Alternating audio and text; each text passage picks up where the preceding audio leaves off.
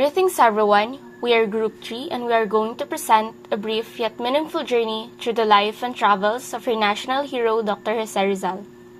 Our report will highlight the major phases of his life, focusing on his higher education, his first trip abroad, his first homecoming, his second trip abroad, his second stay in Paris and participation in the 1889 Universal Exposition, his career as an ophthalmic surgeon in Hong Kong, his second homecoming and the founding of La Liga Filipina, his last trip abroad, his final homecoming and trial, which marked his transformation from reformist to martyr and national hero. Through this presentation, we aim to honor Rizal's enduring legacy and better understand the sacrifices he made for our country. Dr. Jose Rizal's higher education. Rizal's academic journey began at a very young age. He first enrolled at the Ateneo Municipal de Manila in 1872, where he took up a Bachelor of Arts degree. During his years there, Rizal consistently ranked at the top of his class and was known for his brilliance in subjects like philosophy, physics, chemistry, and natural history. He graduated with highest honors in 1876, showing early signs of the intellectual that he would become. After Ateneo, Rizal studied at the University of Santo Tomas to pursue a degree in medicine. His primary motivation for this was personal. He wanted to treat his mother's worsening eyesight. However, Rizal did not feel at ease in UST. He experienced discrimination and was disappointed with the quality of education under the Dominicans. So he decided to continue his studies abroad. In 1882, Rizal left for Spain and enrolled at the Universidad Central de Madrid. There, he completed his medical degree and also took courses in philosophy and letters. But Rizal didn't stop there. His thirst for knowledge led him to Paris and Heidelberg, where he furthered his medical training, especially in ophthalmology, and was exposed to liberal and scientific thinking in Europe.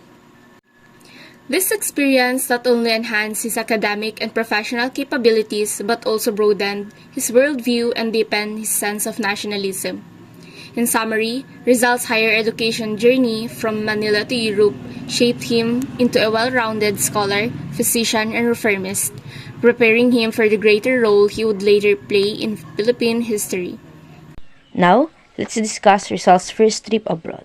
Journey to Europe, May 3, 1882, marked the beginning of Rizal's first journey abroad. He left the Philippines for Spain on the SS Salvadora, adopting the alias Jose Mercado to avoid suspicion from the Spanish authorities. Along the way, the voyage included stops in Singapore, Colombo in Sri Lanka, and Naples in Italy before reaching Barcelona. In European sojourn, this trip initiated Rizal's extended sojourn in Europe, where he not only pursued his education, but also immersed himself in the cultural and intellectual landscape, opening his mind to new ideas and perspectives. So let's now proceed to Jose Rizal's first homecoming to the Philippines after his first trip abroad. After spending about 5 years in Europe studying medicine and writing No Limit Tangere, Jose Rizal decided to return to the Philippines.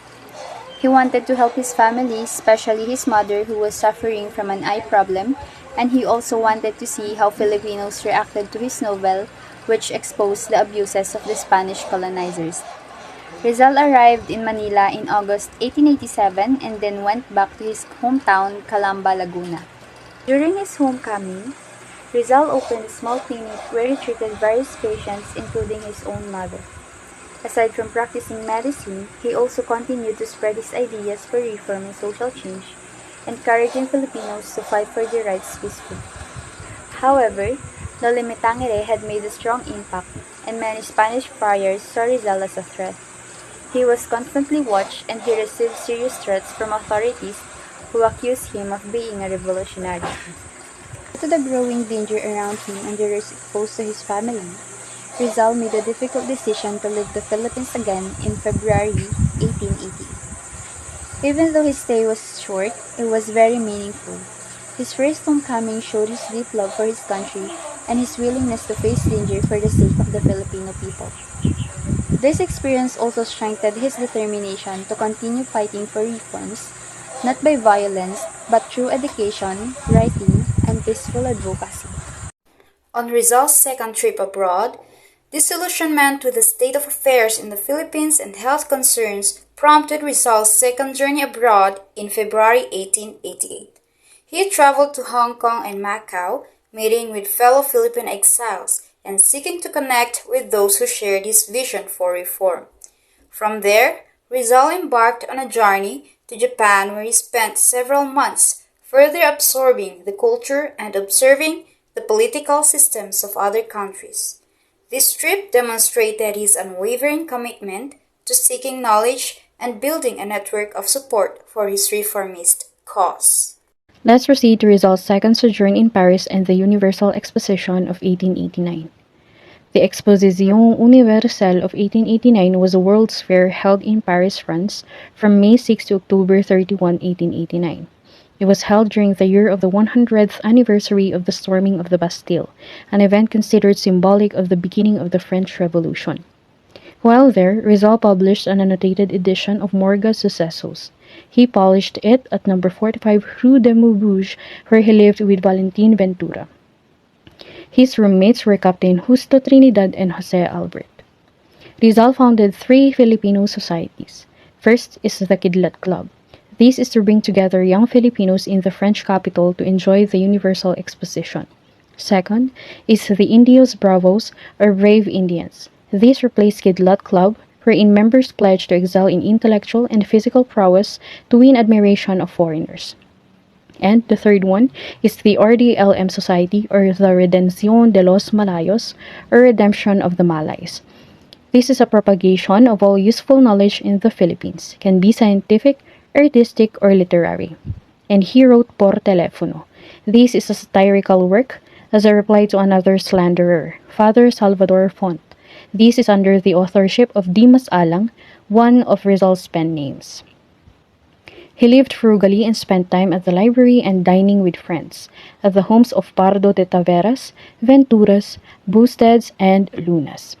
Rizal was also involved with the International Association of Filipinologists, an unaccredited international organization of Filipino and non-Filipino intellectuals established in Paris in 1889 by the Bohemian scientist Dr. Ferdinand Blumentritt and the Philippine national hero Dr. Jose Rizal. This aims to study the Philippines from the scientific and historical point of view. Though a self-recognized convention, the French government never accredited or recognized it, leading to its dissolution in August 1889. Rizal also had plans for a Filipino college in Hong Kong, which aims to train and educate men of good family and financial means following the demands of modern times and circumstances, before returning to the Philippines in 1890 after Christmas in Paris. So let's talk about Jose Rizal's story as an ophthalmic surgeon in Hong Kong. So between 1891 and 1892, Dr. Jose Rizal practiced as an ophthalmic surgeon in Hong Kong. This was a significant time in his life, not only for his medical contributions, but also because he treated patients close to his heart, including his own mother. Rizal arrived in Hong Kong in November 1891 after publishing El Filibusterismo. There, he established a medical clinic specializing in ophthalmology. His skill and dedication drew patients from a wide variety of backgrounds, such as Filipino, Chinese, British, and Portuguese residents alike. Through his medical practice, Rizal quickly built a reputation as a competent and compassionate doctor, providing that his talents extended well beyond writing and political activism. One of Rizal's most meaningful cases in Hong Kong was treating his mother, Theodora Alonso, who suffered from severe cataracts. He successfully operated on her left eye, significantly improving her vision. At a time when ophthalmology was a highly specialized field with few trained experts, many patients sought Rizal's help. His commitment to healing others reflected his deep dedication to both medicine and his fellow Filipinos. Even as a reformist challenging colonial rule, Rizal never wavered from his duties as a physician, using his knowledge and skills to bring light to those in need. Second homecoming in the La Liga Filipina, Rizal returned to the Philippines June 1892. After years in Europe and Hong Kong, Rizal returned to the Manila and on June 28, 1892, accompanied by his sister Lucia. His objectives were to discuss the Borneo colonization project with Governor General Julio Despujol, then establish La Liga Filipina, a civic organization aim of uniting Filipinos, then refute occasion of cowardice and reaffirm his commitment to reform. Established of La Liga Filipina on July 3, 1892, Rizal found La Liga Filipina in Tondo, Manila. The organization goals include the unifying the entire archipelago into one compact, vigorous, and homogeneous Liban. Mutual protection in everyone and necessity, then defense against all violence and injustice. Encouragement of reduction, agriculture, and commerce. Then study and application of reform. Legacy of La Liga Filipina. Although short-lived, La Liga Filipina laid a groundwork for future nationalism movement. Its dissolution led to the formation of the more radical Katipunan on July 7, 1892. Rizal's peaceful reformist approach contrasted with the revolutionary path that followed, highlighting the diverse strategies in the fight for Philippine independence. So Jose Rizal last trip abroad, exiled to Dapitan. Rizal was exiled to Dapitan in 1892 where he continued his work as a doctor and dedicated himself to various projects like agriculture, development, and education. Jose Rizal unforeseen transport in 1896, he was unexpectedly transported to Cuba for military service. However, this trip was cut short by his arrest and subsequent return to the Philippines. Last homecoming and trial. Rizal's last homecoming was a prisoner. He was arrested, charged with rebellion, and executed on December 30, 1896. His trial and execution, despite the lack of concrete evidence against him, were seen as an attempt to silence his reformist voice. His death solidified his legacy as a national hero of the Philippines, inspiring generations to fight for freedom and justice.